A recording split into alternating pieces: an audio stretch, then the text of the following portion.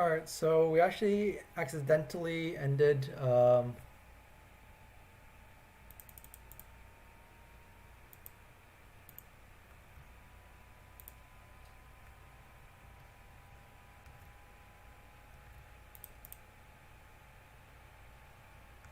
So we actually accidentally ended the stream a little bit early, so we actually missed a lot of this stuff. So I'm gonna give like a very quick rundown on what we kind of missed. It was like a 20-minute thing, but I'll shorten it to probably about 5 minutes.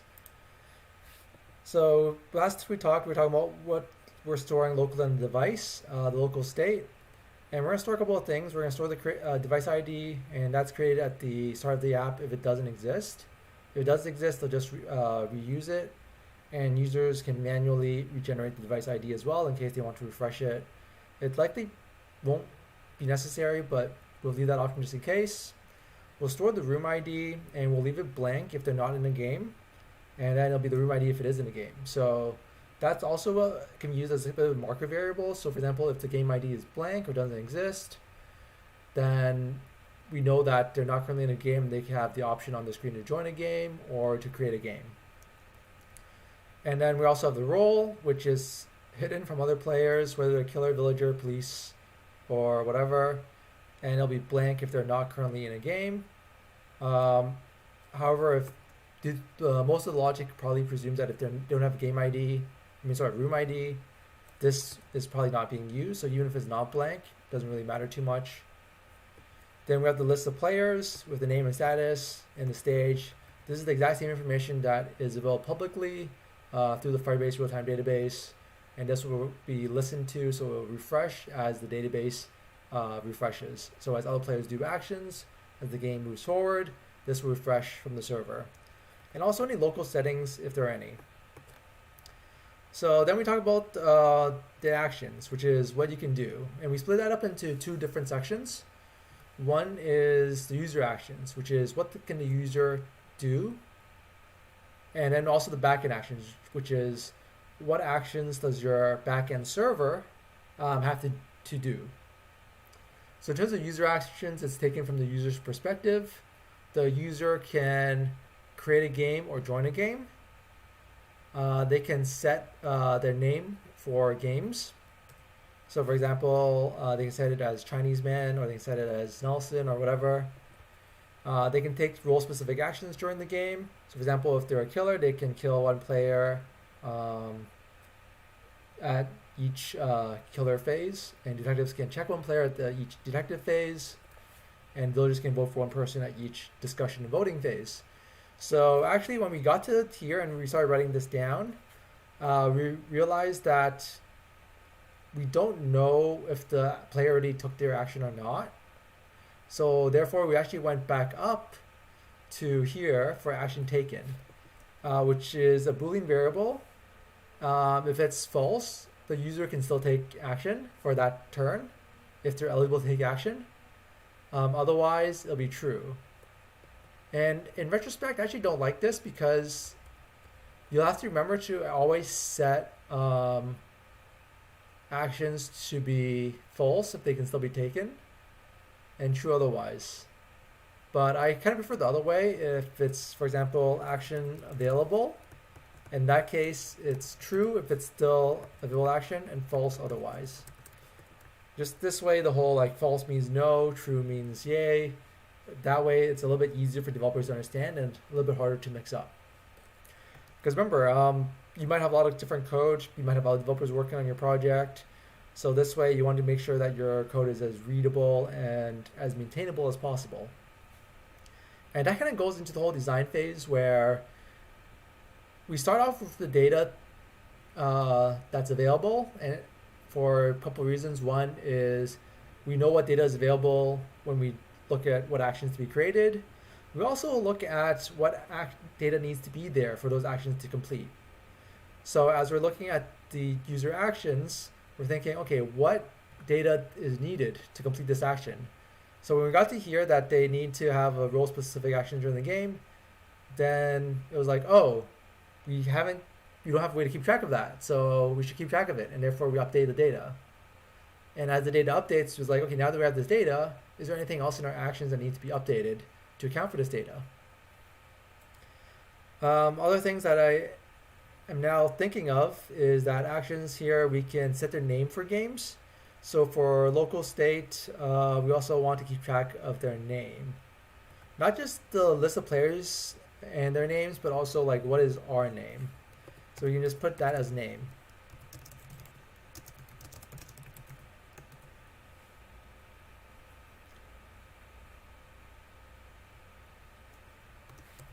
And I also want when joining a room, if name exists, give error and prevent from joining. Because otherwise, if there's like 5 rays, then which ray do you kill, right? Or which ray do you check? So back to actions. Taking role-specific actions during the game. We know that's possible because we have the different roles for the player, and we also have the stage that the game is at.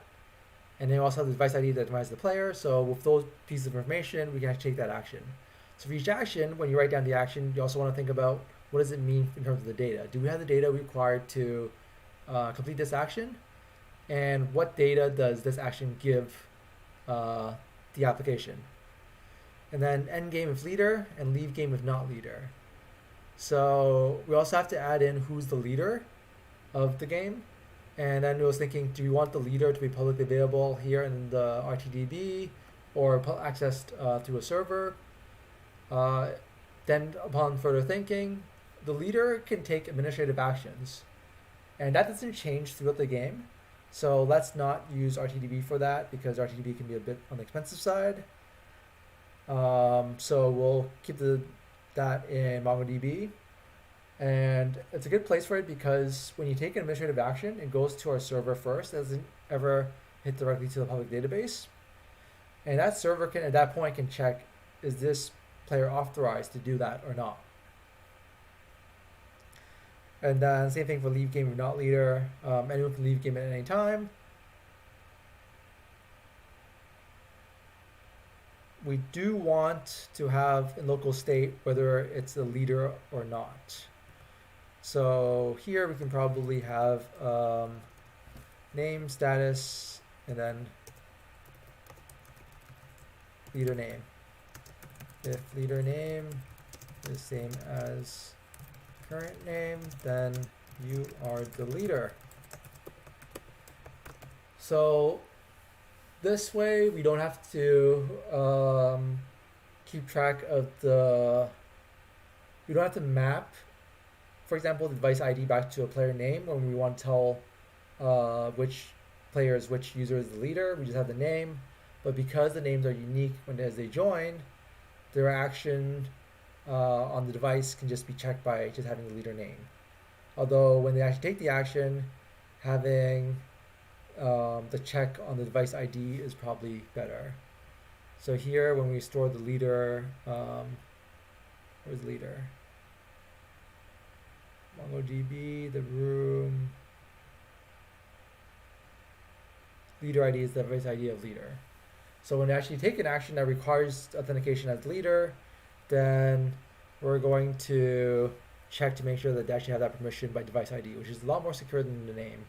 We do have checks in place to make sure that no two players with the same name joins, but if we have 2 things that identify a player and both are unique, let's just go for the little bit more hidden one, just in case we mess up security somewhere. So those are what the actions the user can take. Now we want to look at what actions that the server can handle. So in terms of what the server can handle, we want to make sure that the server can respond to when someone wants to create a game. It requires the player name and the device ID in order to create the game.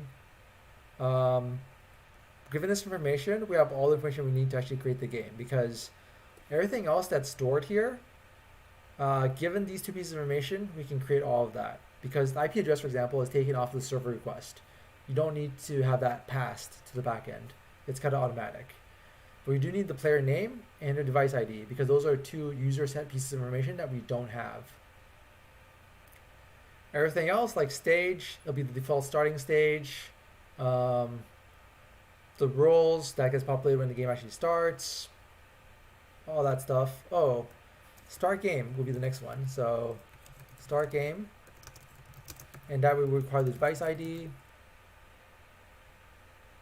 And the reason for that is that way only the leader can start a game. Because once the game starts, you can't add any more players. We don't want just any random player clicking start. And then it'll return true if success. And then the game will have started. So we want to build a join game. Again, we need the player name and the device ID. But we also need the room ID of the game that they're going to join. And then the role-specific actions. So it'll return result if success, false otherwise. And that's going to be actions like, for example, if they're police, they can check a player every turn. Or if they're a killer, they can kill a player at their turn. Or they can vote for a player to be kicked out at the village discussion round. And all players have access to that, they can vote once. And we're thinking about the voting, we suddenly realize that, oh, hey, we don't have anything to keep track of how many votes each player has. So we actually went back up here and we added that for votes. For how many votes are there against this player. It's a debate of whether we want to keep track of who voted for who and therefore tally up the total votes dynamically. For example, if we have an array of votes or an object of votes, each player name and then who they voted for, we can easily find out who voted for Tom by just looking through that object and looking for who voted for Tom and adding that up, and that's how many votes against Tom. But if we don't really care about who voted for who, we just need to know how many votes are against the player. We can just have that as a counter variable. One of the benefits of that first method would be we also keep track of who voted for who, so you can't vote twice or you can change your vote. And what that means is, for example, we voted for Tom at first, you can change it to voting for Cindy. And therefore, it'll cancel your vote for Tom and then it'll change your vote for Cindy. The downside is, to get the tally of votes, you would need to kind of loop over that object and tally it up each time you want to get a total. So I'm actually leaning towards keeping track of who voted for who.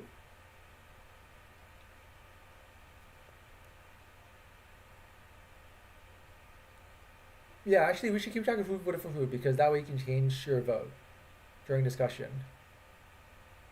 Yeah, let's keep track of who voted for who.